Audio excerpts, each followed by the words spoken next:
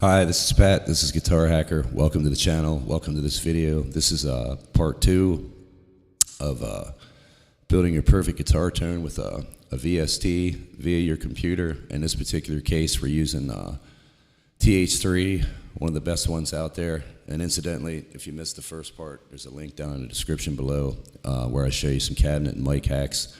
And in this particular video, we're going to do some EQ hacks. I'm going to show you something pretty neat that most people probably don't do and don't even know about. But to get started here, let's see. Let's pull in, we'll go over here to EQs. Let's go into this section here. And as you can see, we have 4 EQs to choose from. We have 3 pedal EQs and we have a parametric. So we have, we're going to pull in the amp EQ first. We're going to pull in the 7-band, and let's see, we're going to pull in the low frequency. It's actually a bass EQ. So basically what I've done here is I've pulled all 3 of these through, and you might be asking yourself, well, why did I do that? And the reason that I did that is if you look at the EQs themselves, this EQ will have frequencies on it that this one doesn't have, and vice versa, et cetera, and so forth. So across all 3 of these equalizers, we're going to have different frequencies available to us, and that's the reason we do that. And if you notice, what I want to point out to you is the amp controls are basically all zeroed out as centered right up through the top. So that's the idea behind that is we want to keep the amp signal as clean as we possibly can without changing anything around. And we're going to use the EQ now to shape the tone to our liking. And I particularly like, for this particular tone that I'm working on, which is a rock and roll tone, I like to have 30 mids and a nice bottom end on it. So what we're going to do here is, back to a case in point, if you look at this EQ, we have 50 hertz, we have 120. If you look at this EQ here, we have 90.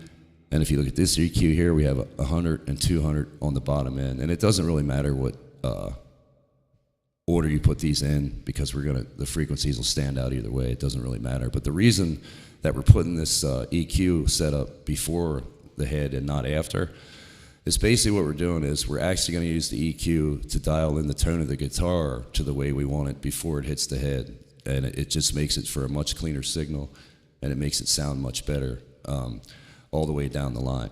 So before we get into this, I want to give you a few pointers. Anything that you adjust with EQ, it's always, if you add EQ to it, you're basically adding levels. So you got to keep your eye up here on the right corner, and you want to make sure you're not farting out. If you ever get to a point where you're farting out, all we have to do is just dial back on a little bit. And the second pointer I want to give you on EQ is it's all in the nuances. It's the devil's in the details. What I mean by that is you don't want to just come in here and just jam these controls straight up to the top.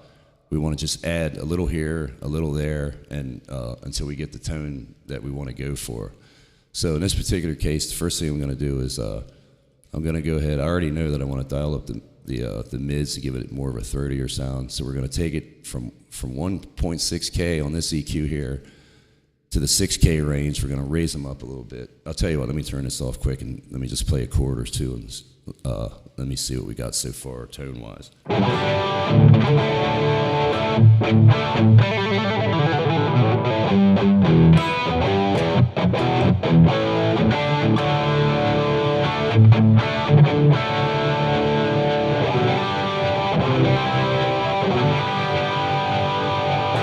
Okay, that's what we got so far tone-wise.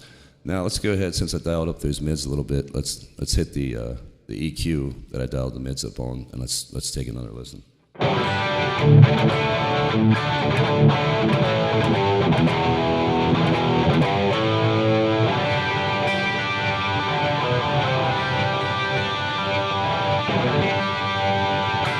Okay, so we dialed up the mids. That sounded a little bit better for me, but I also like to add a little bit more bottom end. So on this particular EQ, let's go ahead. We're going to, in the 100 hertz range, we're going to bump it up about 2 notches, and let's take a listen. I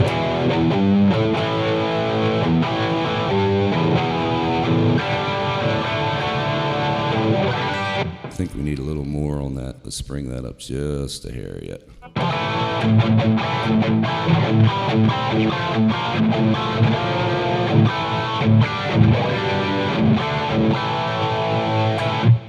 Yep, okay, we're getting there. Let's go over 200, and just, again, we're just doing subtle little movements. We're not gonna do anything real harsh.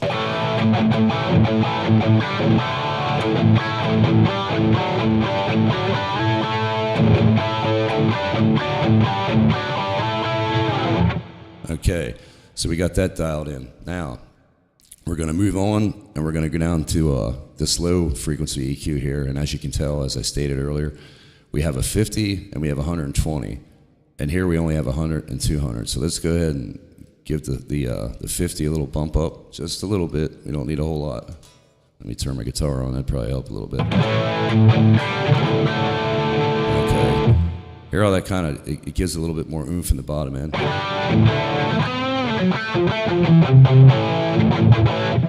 And let's go in here to 120 and bring that up just a little bit. I think we're going to need just a little bit more here on the 50. Let's bring it up.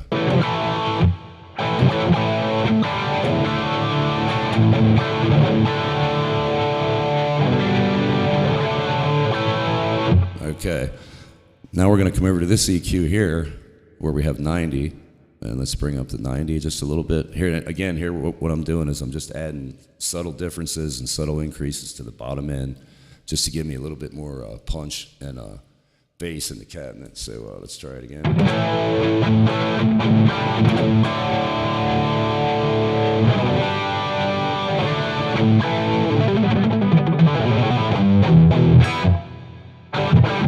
Okay. Still think it needs a little more. So what we're going to do is let's go to this 120 here. Let's bring it up just a little bit.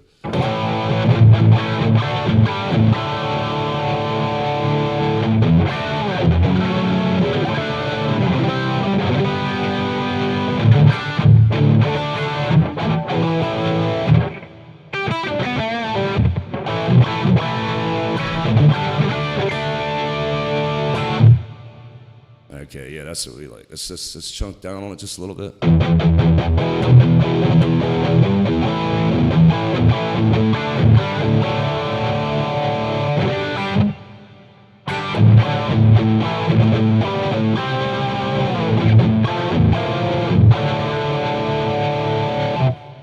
Let me give it, it's getting there, but I just need a little bit more. Let's go in the 100 here.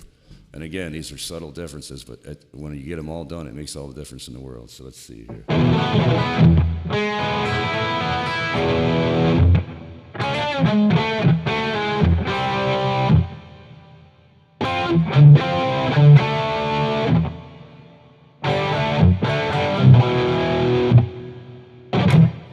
Okay, I think I can deal with that in the bottom end. Now, the last thing I want to do before we get out of here, I was going to give you a delay lesson in the chorus, but I'm going to put that actually in a part 3. So, but as you can tell, for whatever reason, I don't know why they do this. I guess it's because of the mid-range and a bass guitar that you have to bring out. They have a 10K on this one, but as you notice, it's not here.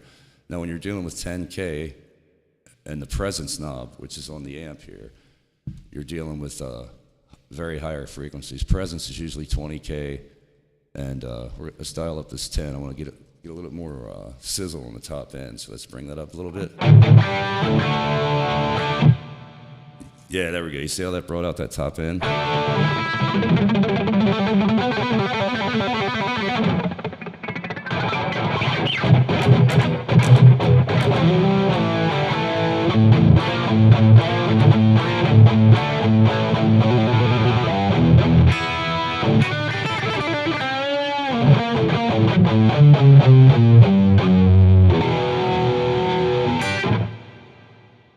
All right, just for a goof, that's getting close, real close to what I want. Let me just bring up the presence. This is one of the only times that I'll ever deal with or ever mess with the EQ on the amp itself. And let's see, and that's because the presence knob is usually in the 20K range, and I don't have that available to me on these 3 EQs. So let's go ahead and let's bring it up just a little bit. on the 20K.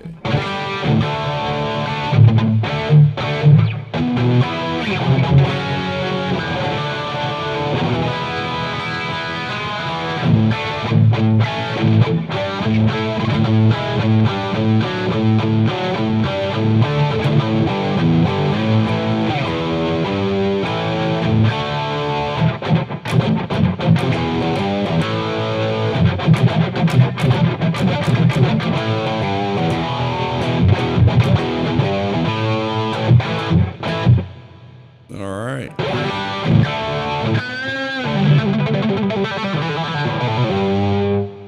All right, that's what I was going for. And again, the reason that we've done this is we brought in all 3 different EQs because they all have different frequencies that aren't available in each one if it's used separately. So just to recap, on this particular video, we brought in all of our EQs, and we brought them in because of the different frequencies. We went ahead in, and what we were looking for, we wanted to add some bottom end to it, and we also wanted to add some 30 mids to it, which is what I've done. This one here, all I used on this one was the 90K or the 90 hertz to bring up the bottom end a little bit.